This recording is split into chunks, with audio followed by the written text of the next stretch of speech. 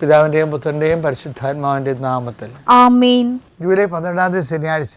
അമ്മേ പരിശുദ്ധമേ, അമ്മേ പരിശുദ്ധമേ, ദൈവമാതാവേ, കൃപാസനത്തിലൂടെ ഞങ്ങൾക്കും ഞങ്ങളുടെ ദേശത്തിനും അമ്മ മധ്യസ്ഥം തേടി തന്ന എല്ലാ അനുഗ്രഹങ്ങൾക്കും കൃപകൾക്കും ഞങ്ങളിപ്പോൾ ഹൃദയം നിറഞ്ഞ നന്ദി പറയുന്നു. അമ്മേ പരിശുദ്ധമേ, അമ്മേ പരിശുദ്ധമേ, ദൈവമാതാവേ, 2004 ഡിസംബർ 7 ഉച്ചകഴിഞ്ഞ് 2:30 കൃപാസനത്തിൽ സംഭവിച്ച അമ്മയുടെ പ്രത്യക്ഷപ്പെടലിനെ കുറിച്ച് തിരുസഭയ്ക്ക് സമർപ്പിച്ചിരിക്കുന്ന പഠനരേഖകളുടെ മേൽ സഭാത്മകമായ പഠനം ആരംഭിക്കുവാൻ ഞങ്ങൾ പ്രാർത്ഥിക്കുന്നു. അമ്മേ പരിശുദ്ധമേ, ഭൂസ്വർ ലോകങ്ങളുടെ രാജ്ഞിയായ അങ്ങേയ്ക്ക് ഭൗമ സംരക്ഷണത്തിനായി പ്രപഞ്ച പ്രകൃതിയെ തന്നെ തിരുസഭ പ്രതിഷ്ഠിക്കുവാൻ ഈ പ്രത്യക്ഷീകരണം വഴി ഇടയാക്കണമേ. പരിശുദ്ധമേ, ജപമാല മാതാവേ, സകല പ്രാർത്ഥനകളോടും ചേർത്ത് ഞങ്ങളിപ്പോൾ പ്രാർത്ഥിക്കുന്ന ഈ കുടുംബത്തിന്റെ പ്രത്യേക നിയോഗം പറമക്കളെ,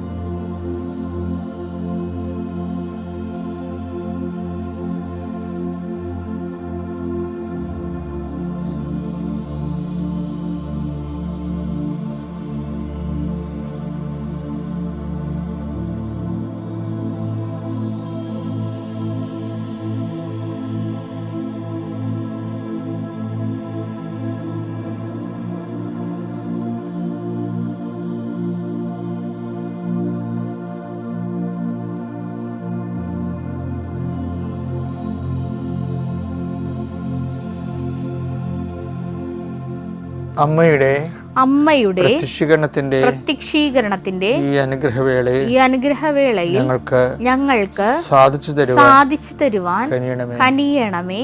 ആമേൻ. വിശ്വാസ പ്രമാണം. സർവശക്തനായ പിതാവും ആകാശത്തിന്റെയും ഭൂമിയുടെയും സൃഷ്ടാവുമായ ദൈവത്തിൽ ഞാൻ വിശ്വസിക്കുന്നു. അവിടുത്തെ ഏകപുത്രനും ഞങ്ങളുടെ കർത്താവുമായ ഈശോമിശിഹായിലും ഞാൻ വിശ്വസിക്കുന്നു.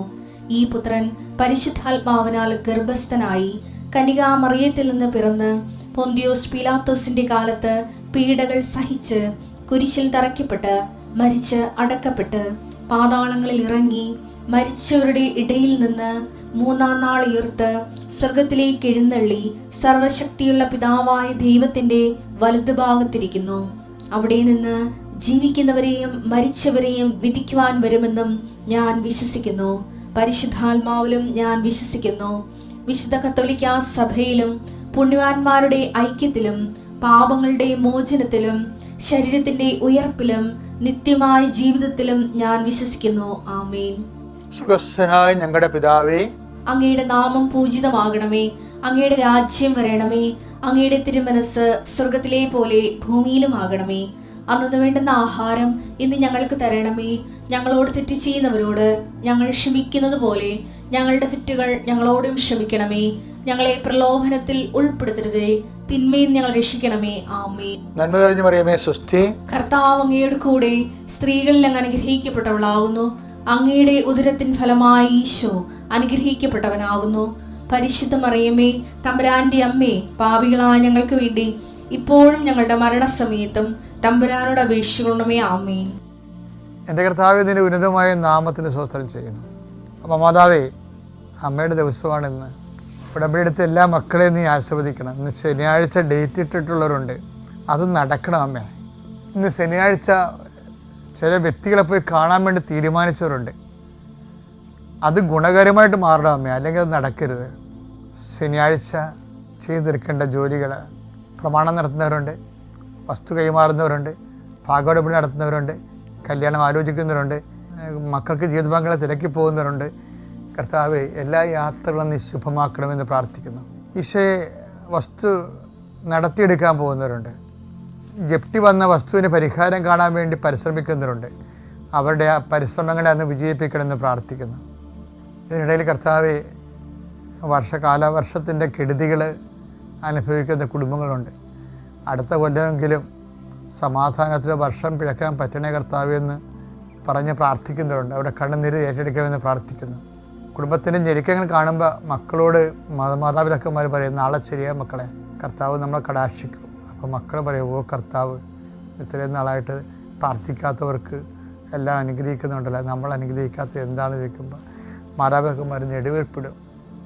അപ്പോൾ മാതാപിതാക്കന്മാർ പ്രാർത്ഥിക്കും, കർത്താവ് കുഞ്ഞുങ്ങളുടെ വിശ്വാസം പോകാതിരിക്കാനെങ്കിലും എന്നെ സഹായിക്കണമെന്ന് പ്രാർത്ഥിക്കും. അവിടെ തൊണ്ട ഇടറിക്കൊണ്ട് പ്രാർത്ഥിക്കുന്നവരുടെ തൊണ്ടകളെ കർത്താവ് ആശീർവദിക്കട്ടെ. അവിടെ കണ്ണു നിറഞ്ഞ് പ്രാർത്ഥിക്കുന്ന മാതാപിതാക്കന്മാർക്ക് കർത്താവിൻ്റെ തിരുമുറിവാർന്ന വലുതഗ്രഹത്തിൻ്റെ ആശീർവാദം ലഭിക്കട്ടെ. കർത്താവ് പിൻകടത്തിലും മുഴയി കാണുന്നവരെ കാണിക്കുന്ന ഒരു ഈശോ അവരങ്ങത്ത് സ്പർശിക്കണം. കർത്താവ് ശാരീരികമായ രോഗങ്ങൾ ആവശ്യപ്പെടുന്നവർ, ആരും സഹായിക്കാനില്ലെങ്കിൽ രോഗമില്ലെങ്കിൽ ജീവിച്ചു പോകാം എന്ന് പറഞ്ഞ് ജീവിക്കുന്ന ആൾക്കാരില്ലേ ഈശോയെ, അവരെ പ്രത്യേകം സന്ധിക്കണമെന്ന് പ്രാർത്ഥിക്കുന്നു. കർത്താവ് ഒറ്റപ്പെട്ടു പോയി എന്ന് തോന്നി നിൽക്കുന്നവർക്ക് സന്ധിപ്പ് കൊടുക്കണേ കർത്താവേ. മഴയും ഭയങ്കര തണുപ്പൊക്കെ അടിക്കുമ്പോൾ ജീവിതത്തിൽ മരണ വീടുകളിൽ അടുത്ത കാലത്ത് മരണം സംഭവിച്ച വീടുകളിൽ എല്ലാവരും പോകേണ്ടവരൊക്കെ പോയി, ഇനി എന്തിനാണ് ഞാനായിട്ട് ജീവിക്കണം വിചാരിച്ച മനസ്സിൽ ഹൃദയഭാരമായിട്ട് പേറുന്നവർ, അവിടെ സങ്കടങ്ങൾ കർത്താവെ താങ്ങാൻ പറ്റാത്ത വീടുകളിൽ നിൻ്റെ വിശുദ്ധ ദൂതനെ ഈ ഒറ്റ പ്രാർത്ഥനയുടെ ശക്തിയാൽ അവരിന്ന് കർത്താവ് സന്ധ്യക്കുള്ളിൽ പരിഹാരം കണ്ടെത്താൻ ഞാൻ അവർക്ക് വേണ്ടി കണ്ണീരോടെ പ്രാർത്ഥിക്കുന്നു. എൻ്റെ കർത്താവെ കുഞ്ഞുങ്ങളെ പ്രതി പ്രാർത്ഥിക്കുന്നു, വിദ്യാർത്ഥികളെ പ്രതി പ്രാർത്ഥിക്കുന്നു, ഉദ്യോഗസ്ഥന്മാരും തൊഴിലാളികളെ മത്സ്യത്തൊഴിലാളിയെ ഓർത്തുകൊണ്ട് പ്രാർത്ഥിക്കുന്നു, കടലിൽ പോയി മരിച്ചവരുടെ കുടുംബങ്ങളെ ഓർത്ത് പ്രാർത്ഥിക്കുന്നു. കർത്താവ് ലേലത്തിൽ പിടിച്ച വസ്തുക്കൾ, അതിനുശേഷം വന്നിട്ടുള്ള ജയത്തിന്, അതിനുശേഷം വന്നിട്ടുള്ള ഭവിഷ്യത്തുകൾ, ചിട്ടുപിടിച്ചവർ, അതിൻ്റെ ഭാഗമായി വന്ന ഭവിഷ്യത്തുകൾ എല്ലാം പരിഹരിക്കാനുള്ള പുതിയ മാർഗങ്ങളോട് മക്കൾ കാണിച്ചു കൊടുക്കണമെന്ന് പ്രാർത്ഥിക്കുന്നു. Lord Jesus Christ, the fire fingers, so acute the precious blood, Lord and peace, spirit of power and grace. സംഖ്യാപുസ്തകം 22:30. കഴുത ബാലാമിനോട് ചോദിച്ചു, ഇന്ന് വരെ നീ സഞ്ചരിച്ചിരുന്ന നിൻ്റെ കഴുതയല്ലേ ഞാൻ? ഇതിനു മുമ്പ് ഒരിക്കലും ഞാൻ നിന്നോട് ഇങ്ങനെ ചെയ്തിട്ടുണ്ടോ? ഇല്ല, ബാലാ സമ്മതിച്ചു. ഈ ബൈബിളിലെ ഏറ്റവും നല്ല രസകരമായ പ്രമേയമാണ് ഈ ബാലാമിൻ്റെ കഴുതയെന്ന് പറയുന്നത്. ഞാനിത് പറയാൻ കാരണം എന്ന് വെച്ച് കഴിഞ്ഞാൽ കഴിഞ്ഞ ദിവസങ്ങളിൽ പ്രാർത്ഥിച്ചപ്പോൾ കർത്താവേ, എൻ്റെ അങ്ങയുടെ മക്കളുടെ വഴികളെ ഞാൻ അങ്ങേക്ക് സമർപ്പിക്കുന്നു. അവിടെ വഴികളിലെ ദൈവഹിതമല്ലാത്ത വഴികളിലൂടെ പോകുമ്പോൾ ബാലാമിൻ്റെ കഴുതയ്ക്ക് സംഭവിച്ച പോലെ നീ നിൻ്റെ ദൂതനെ അയച്ചുകൊണ്ട് ഹിതം വെളിപ്പെടുത്തണമേ എന്ന് പ്രാർത്ഥിച്ചു. അപ്പോഴാണ് എനിക്ക് മനസ്സിലായത് ദൈവഹിതം ഇങ്ങനെ പ്രാർത്ഥിക്കാൻ പരിശുദ്ധാത്മാവ് ആഗ്രഹിക്കുന്ന എനിക്ക് മനസ്സിലായി. എന്താ സംഭവിച്ചു കഴിഞ്ഞാൽ, ബാലാക്കെന്നും പറഞ്ഞൊരു ദുർപ്രവാചകനുണ്ടായിരുന്നു. ദുർപ്രവാചകൻ ബാലാൻ പ്രവാചകനായിരുന്നു.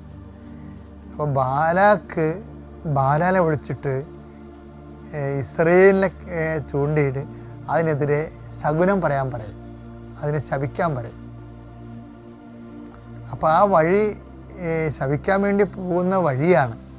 പോകുന്ന വഴിക്ക് ബാലാം ഇങ്ങനെ പോകുന്ന വഴിക്ക് കഴുത ബാലാമിനോട് സംസാരിക്കാൻ തുടങ്ങി. സംഖ്യ 22:29 നീ എന്നെ അവഹേളിച്ചു, വാളുണ്ടായിരുന്നെങ്കിൽ ഞാൻ നിന്നെ കൊന്നു കളയുമായിരുന്നു. അങ്ങനെ പറയാൻ കാരണം വെച്ച് കഴിഞ്ഞാൽ ഇവൻ പോണ കാര്യം ദൈവഹിതം അല്ലല്ലോ ബാലാം പോണത്. അതുകൊണ്ട് ബാലാം പോകുന്ന വഴിയിൽ ഈ കഴുത ഒരു മാലാഖയെ കാണും, ഊരിപ്പിടിച്ച വാളോടെ നിൽക്കണത്. പക്ഷെ ബാലാം കാണത്തില്ല. അപ്പോൾ ഈ ഊരിപ്പിടിച്ച വാളുമായിട്ട് കർത്താവിൻ്റെ ദൂതൻ നിൽക്കുന്ന കാണുമ്പോൾ കഴുത കണ്ട് പേടിക്കും. അപ്പം കഴുത ആ ദൂതൻ്റെ ഇടയ്ക്ക് നിന്ന് മാറി ഉള്ള ആ മതിലിന് ചെറിയ പഴുതുണ്ടാക്കി നൂണ്ട് പോകുമ്പോൾ ബാലാവിൻ്റെ മുട്ട് ഭിത്തിയിൽ വരെയും തൊലി പോകും, ചോര വരും. അപ്പോൾ ഉടനെ ബാലാൻ കഴുതയെ തല്ലും. അപ്പോൾ കഴുത ചോദിക്കണതാണ്, നീ എന്തിനാണ് എന്നെ തല്ലിയത്? ഞാൻ നിൻ്റെ കഴുതയല്ലേ? അപ്പോൾ കർത്താവ് ബാലാവിൻ്റെ കണ്ണുകൾ തുറന്നു. ഊരിയ വാളേന്തി വഴിയിൽ നിൽക്കുന്ന കർത്താവിൻ്റെ ദൂതനെ കണ്ട് അവൻ കവിഴ്ന്നു വീണു. അതായത് നമ്മുടെ വഴികളിൽ കർത്താവ് ഒരു വചനമുണ്ടേ, പുറപ്പാട് 23:20. ഇതാ ഒരു ദൂതനെ നിനക്ക് മുൻപേ ഞാൻ അയക്കുന്നു, അവൻ നിന്റെ വഴിയിൽ നിന്നെ കാത്തുകൊള്ളും, ഞാൻ ഒരുക്കിയിരിക്കുന്ന സ്ഥലത്തേക്ക് നിന്നെ കൊണ്ടുവരികയും ചെയ്യും. ദൂതനെ അയക്കുന്നത് ബൈബിളിലെ പ്രധാനപ്പെട്ട ഒരു പ്രമേയമാണ്. എല്ലാവർക്കും അനുഭവേദ്യമാണത്, കാര്യം വാഗ്ദാനമാണത്. അതുകൊണ്ട് ദൈവവേദന പ്രാർത്ഥിച്ചിട്ട് വീട്ടിൽ നിന്ന് ഇറങ്ങാവും. അത് അവിടെ ഇവിടെ തട്ടിമുട്ടി തൊട്ടുമുട്ടിയിട്ട് ദൈവത്തെ പറ്റിച്ചിറങ്ങരുത്. ചിലർക്കൊരു ആൾക്കാരുണ്ട്, രാവിലെ എഴുന്നേൽക്കുമ്പോൾ പ്രാർത്ഥിക്കും, തിരികെ കത്തിക്കും, എന്നിട്ട് ഇങ്ങനെ കുറച്ച് നേരം നോക്കി വയ്ക്കും, എന്നിട്ട് ഒന്നും മിണ്ടത്തില്ലേ, എന്നിട്ട് ഇങ്ങനെ തൊട്ടിച്ചും പോകും. അതൊന്നും പ്രാർത്ഥനയല്ല. ഒന്നാമത്തെ ദൈവദൃശ്യനിധി, നീ ഒരു 10 മിനിറ്റ് എടുത്ത് പ്രാർത്ഥിക്കണം. പോകാൻ നേരത്ത് ചാടി വീണ് പോകാൻ നേരത്ത് കാട്ടിക്കുട്ടി വെപ്പിച്ച് ദൈവത്തിനെ പറ്റിക്കണം ഒരു അഭ്യാസം നടക്കത്തില്ല. കാര്യം എന്താ? വാഗ്ദാനമാണ്, നീ പോകുന്ന വഴികളിൽ ഞാൻ ദൂതനെ അയക്കുമെന്ന്. എന്നിട്ടൊരു 10 മിനിറ്റ് എടുത്ത് അല്ലെങ്കിൽ 5 മിനിറ്റ് എടുത്ത് അവിടെ നിന്ന് പ്രാർത്ഥിച്ചിട്ട് വേണം. ഇപ്പം ഞാൻ ഓരോ സ്ഥലത്തൊക്കെ പോകുമ്പോൾ ആദ്യം കൃപാസന എടുത്ത് ചെന്ന് പോണ വഴിക്ക് വേണ്ടി ദിവ്യകാരണത്തെ എടുത്ത് പറഞ്ഞ് തലേ ദിവസം തന്നെ ഇവർക്ക് ജപമാലയ്ക്ക് സമർപ്പിച്ച് കുർബാനയ്ക്ക് സമർപ്പിച്ചു. അങ്ങനെ എന്താ കാര്യം? നമ്മൾ ദൈവത്തിലാണ്. In him we live and move and have our being, അല്ലേ? എങ്ങനെയാണ് പറഞ്ഞിരിക്കണേ? അപ്പോസ്തല പ്രവർത്തനം 17:28. എന്തെന്നാൽ അവിടുന്ന് നാം ജീവിക്കുന്നു, ചരിക്കുന്നു, നിലനിൽക്കുന്നു. അപ്പൊ ഇതൊരു കോൺഷ്യസ് ആണ് ശരിക്കും. അല്ലാതെ പോകാൻ നേരത്ത് എന്നാ പ്രാർത്ഥിച്ചില്ലല്ല. അമ്മ പറയും, എടാ പ്രാർത്ഥിച്ചിട്ട് പോടാ, അങ്ങനെ നീ പറയിപ്പിക്കരുത്. ആരും പറയാതെ തന്നെ ദൈവത്തിൻ്റെ നിന്റെ മനസ്സ് തലേ ദിവസം വരെ ഒരുക്കി വെക്കാൻ വേണ്ടി പ്രത്യേകം പ്രാർത്ഥിച്ച്. എന്നാൽ ദൈവം ആരാണെന്ന് നീ അറിയും. അപ്പം ഓക്കെ, താങ്ക് യു.